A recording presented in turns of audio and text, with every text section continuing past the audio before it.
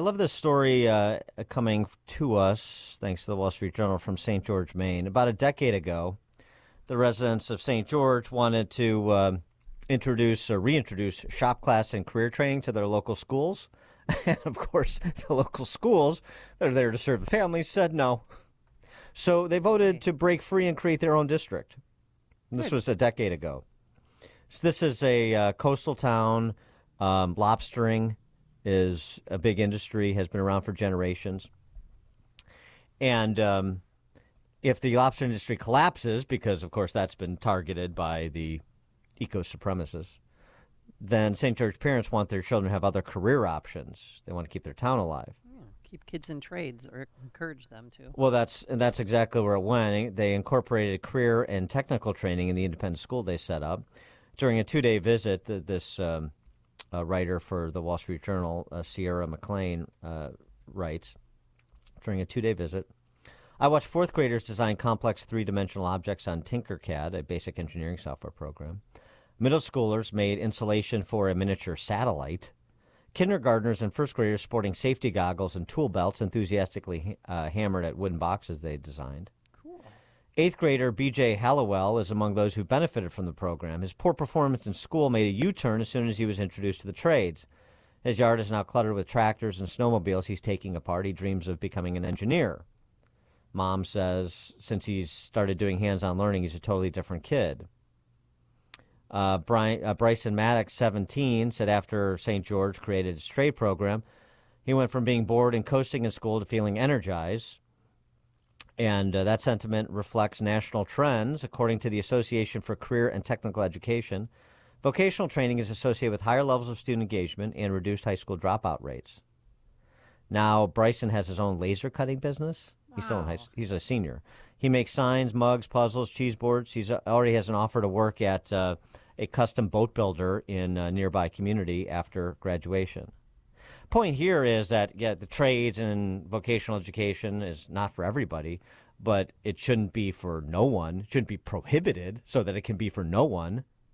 But, you know, that sort of consideration is absent in these centrally planned school systems, which is why the importance of school choice and K through 12 innovation, again, the mystifying position of the teachers' unions and the mindless drones who prop them up. Why the exemption from competition? Everywhere else, including in the lives of these families and parents, you have to compete. But for some reason, K through 12 education should be exempt. Why? It's not a performance-based exemption. We know that. We know that all too well in Chicago. For more on this topic, we're pleased to be joined. I haven't talked to him in a while. Good to catch up with Frederick Hess. He's the Director of Education Policy Studies at the American Enterprise Institute. He's got a new book, Getting Education Right, a Conservative Vision for Improving Early Childhood, K through 12, and College. Rick Hess, thanks for joining us. Appreciate it. Hey, my pleasure. Good to be with you. So the conservative vision for improving early childhood and K through 12. Why don't we start there? College is a different kettle of fish, but I know we've seen innovations not just in St. George, Maine, but over the last 2 decades. I mean, there really has been a boomlet of school choice and innovative programs and independent schools. So in many states, I would say that when I think of conservative vision for K through 12, that vision is coming into focus, isn't it? I think choice, empowering families to find a school that's right for their kid and educators to work in a school where the classrooms aren't chaotic, where they can do their best work. This is absolutely part of a healthy conservative vision. But, it's only a start. I mean, if you think about this, the question becomes, what are conservatives for? And we're for empowering families, but we're also for excellence. At least as Mike and I see it, we're for rigor. We're for rewarding achievement. And if you look around the country, even at lots of, high-flying charter schools, they have backed away from the notions of excellence and rigor. The KIPP charter schools a couple of years ago abandoned their slogan of work hard, be nice, Yeah. They said it was a legacy of white supremacy culture. Right. So Gosh. for us, the point is that absolutely empowering families is a critical building block, but it's only a piece of a larger vision of what we need to be for. And conservatives have spent so much time pushing back against craziness that we have often forgotten to kind of really articulate or offer a vision of how do we make this stuff work for every family. Well, what states are doing it right? It's a great question. Partly it depends what's right. Arizona is helping lead the way. They led the way on charter schooling. They're leading the way on education savings accounts. Education savings accounts are terrific because whereas school choice has often just been a lifeboat for families trapped in terrible schools, for most of the last 30 years, it hasn't really offered much to working or middle-class families that are saying, well, my schools aren't awful, they're just not for my kid. That really changed during the pandemic when suddenly these families said, this isn't working for me at all. And what's come out of the pandemic is much more ambitious, much more universal visions of choice. We're seeing efforts like that in Florida, in Indiana. But another piece of this is not just giving families options. It's how do we make sure that fraudsters aren't stealing the public purse, working under the cover of choice plans. So just like we would want when it comes to unemployment or when it comes to health care, how do we just make sure there's basic fiduciary responsibilities in place? How do we make sure that the public officials writing checks are paying attention to who they're writing the checks to? And that stuff is still a work in progress in every state that's working to expand and cultivate choice-based options. I really like the idea of getting back, like establishing first principles. This is what informs the choices we make, the sort of schools we want to design. Something else, though, too, and you started to touch upon it with charter schools. And you mentioned work hard, be nice, or work hard, play nice, or something like that. The KIPP, I remember that story. The KIPP charter schools in New York that went away from that because it's a legacy of white supremacy. One of the things that, charter schools and private schools and this and that, well, right, not all charter schools are created equally. And same thing with private schools. Charter schools particularly problematic because they're still government funded, and they're still susceptible to teacher unionization, and they're also susceptible to left-wing dilettantes who recognize that the centrally planned Politburo systems in places like Chicago are awful, so we need to do something charters, but I still want to, maintain my government-centric philosophy on life and education. So I don't want to go away from government, but we can't just do the neighborhood schools because they're catastrophes. Well, that's not a long-term, that may be a way station for some kids, but they're ultimately going to be torn asunder by their own internal philosophical contradictions. And then these Tony private schools that are captured by the same dilettantism of wealthy honkies that fund these things too.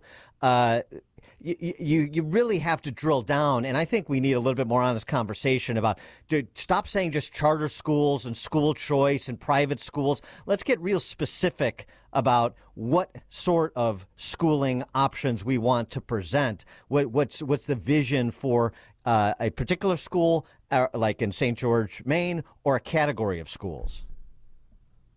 Yeah, no, I think that's well said. I think one of the things Mike and I talk about in the book is there's two ways to talk about pursuing that kind of vision. You just noted.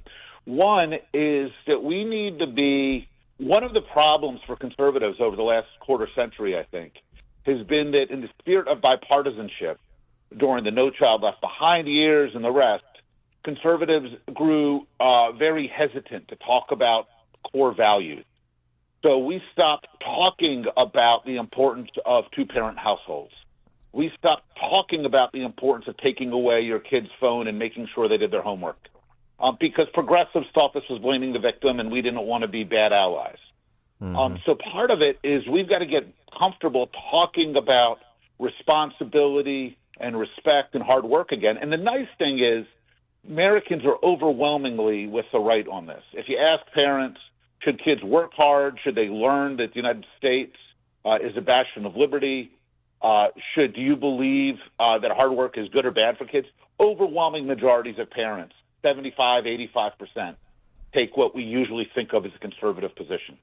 So what's happened is because we haven't been talking about that in coherent, focused ways, what you've seen is a lot of this picked up by social media influencers who said it in ways that sound nutty and over the top rather than in ways that make sense to lots of working class, kind of serious parents and families.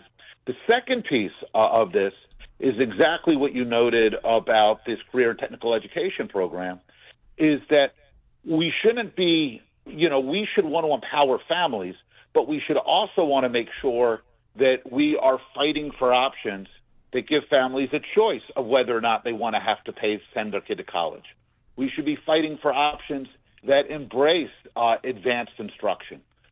California right now is trying to eliminate advanced math instruction in grades 1 to 10. When you see charter schools or private school options that are simply importing the pathologies from the public system, that's not all that much of an improvement. So we should be both for empowering families, but then we should be for the creation and promotion of options which embrace things like excellence and rigor and making college optional rather than mandatory for folks who want to get a good job.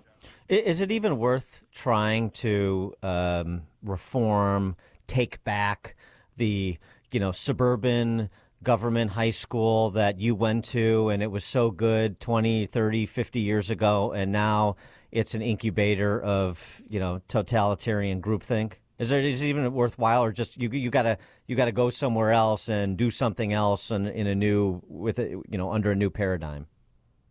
I think in some sense it's the same question that we've had about college, right? Can we save any of? And look, there is so much invested in these institutions, in these high schools. They've got alumni networks. They've got a lot of teachers. They spend a fortune. I think we absolutely should be fighting tooth and nail to create new, better, more nimble, more value-driven options. But we shouldn't give it up. One of the realities is, I think, just like on campus, that old suburban high school, if you actually get the teachers alone in the lounge with nobody overhearing them, I think 60, 70, 80% of the teachers say, yeah, I don't like schools being unsafe. I don't like that I'm not allowed to give a grade lower than B. I don't like the fact that I'm supposed to be talking about ideology rather than actually teaching kids math and science. So I think what's happened is these schools, like with so much of higher ed, have been captured by the 10 or 20% of lunatic true believers who are pushing an agenda.